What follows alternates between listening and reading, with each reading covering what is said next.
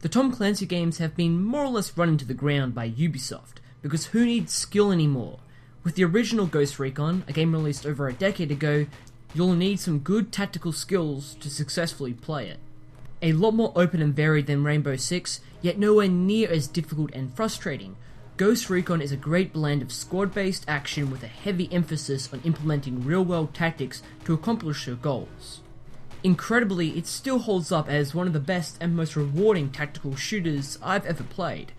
The story has you take control of a US Special Forces group known as the Ghosts, as they carry out various missions in Eastern Europe where an expansionist Russia is trying to annex smaller nations into its territory. It's typical Tom Clancy writing, totally romantic and patriotic, yet very entertaining, like having Russia invade Georgia in 2008 and a strong ultranationalist government and leader. Moving on. The 15 missions have you dealing with an assortment of challenges and objectives. A lot of them focus on search and destroy targets of opportunity, like tanks and buildings. However, with structures, you only see them destroyed in a cinematic.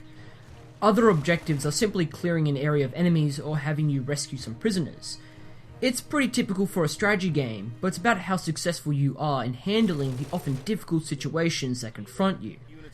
After a briefing, explain what you need to do, what equipment you're going to bring, and potential secondary objectives, you fill out your team and what they're equipped with. You can select up to 6 soldiers and sort them into 3 squads, in whatever manner suits you the best. There are 4 classes all up. Riflemen are the most abundant and well-rounded in combat, support is all about laying down suppressive fire on groups of enemies, and the sniper class are far less used but are necessary in long-range firefights. Demolition soldiers are often needed since only they have access to C4, required in some objectives, and rockets that are the only way to deal with a tank. You can't customize their loadouts in the way of Rainbow Six. The most you can do is change their secondary items, stuff like extra ammo, grenades, and even sidearms. I enjoy having some choice, but I would have much preferred some additional weapons. I guess it would have conflicted with the realistic theme. They've also added in a light RPG mechanic with how the more you use your soldiers, the better they become, reflected in skill points you can spend in increasing one of 4 categories. A higher weapon tree makes them more accurate, while higher endurance makes them more resistant to damage. Now if you complete the secondary objectives and missions, you unlock specialist soldiers. These guys have either great skills or are packing the best weapons in the game.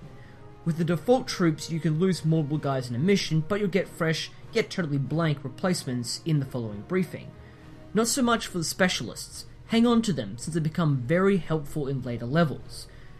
Building the right squad for the right job can be very rewarding.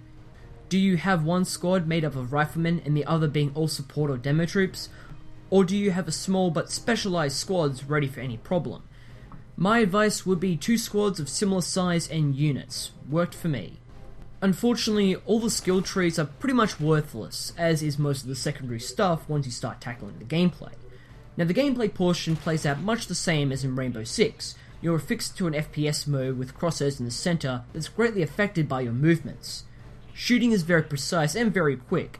Everyone, including your squad mates, can drop dead with a single bullet, and the enemies are very accurate. After all, they are trained soldiers you're fighting. This can be very frustrating but also very satisfying.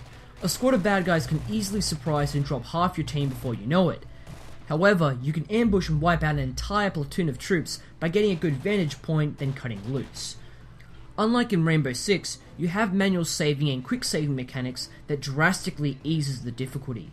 Sure, this can be a little exploitative since you can just run around finding out where everyone is, but it removes the lengthy trial and error found in prior games. The weapons of Ghost Recon are very accurate in portrayal and usage. Never will you engage in close quarters, with the exception being storming a building, which even then is risky at best. When firing, you need your target in dead center or your bullets will just fly past them. Though I enjoy realism, this preciseness will screw you over and over again. For one, aiming is far too twitchy, so firefights will often have you struggling to aim up a target which by then has already killed you. Yes, you can lower the sensitivity, but that just screws you over in the long run. This problem was dealt with in Operation Flashpoint by having an early iron sight system, but no such luck here. Not even an auto-aim option like in Rainbow Six. This also highlights the problems with your soldiers' equipment and skills. Everything is super accurate and effective.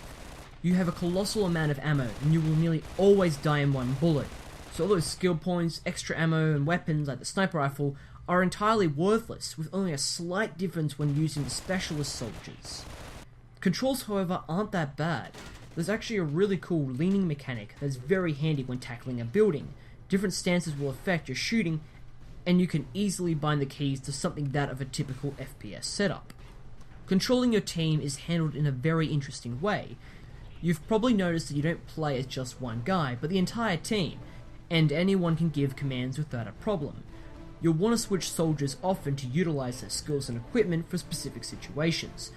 The majority of orders you will issue are done via a map of the environment that highlights your objectives. It's here you can tell your squad mates what route they take and how they deal with enemies, either directly confronting them or staying quiet. You don't order your entire team, but the individual squads, so as to coordinate your teams into a good tactical formation. Now I think I can speak for all when I say that bad AI teammates fucking ruin any fun or strategy in games like this. But outstandingly, Ghost Recon has impeccable AI. Your squad mates on their own are reliable in combat, handle pathing very well, and were often helpful, something that is a rarity in any game that has AI teammates. Moving them around is very simple. You set what fashion of movement they use, like sprinting or stealthing, then place a waypoint on the map and there they go.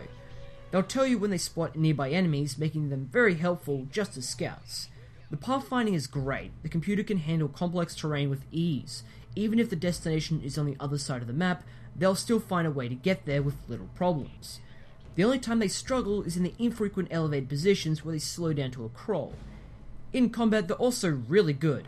When you order them to fire away, they'll do a pretty good job at killing or at least suppressing the opposition. While it's true that you do need to pick up the slack in more complex situations, you can leave a squad alone and they'll deal with any problems that might occur rather well. Often it really breaks down into where you've positioned them. While out in the open, they're at the mercy of enemy sharpshooters. However, behind some cover, they can easily hold their own. You can even set the game on autopilot if you don't feel like moving around. A couple of problems would be the lack of hotkeys to get your troops to regroup or move to a certain location. In combat, they can occasionally just run around looking like real jackasses. Besides that, they're great, and successfully coordinating your squad is a fantastic experience. The only other blemishes on an otherwise excellent game are the couple of stealth missions. They're incredibly bugged. You'll silently kill someone, then the alarm goes off, mission failed. But dropping multiple enemies with an unsilenced sniper rifle? Nah, you're good. Props go to the audio department. The environments sound like they should, with great subtle background effects that continually immerses you into a war-ravaged scenery.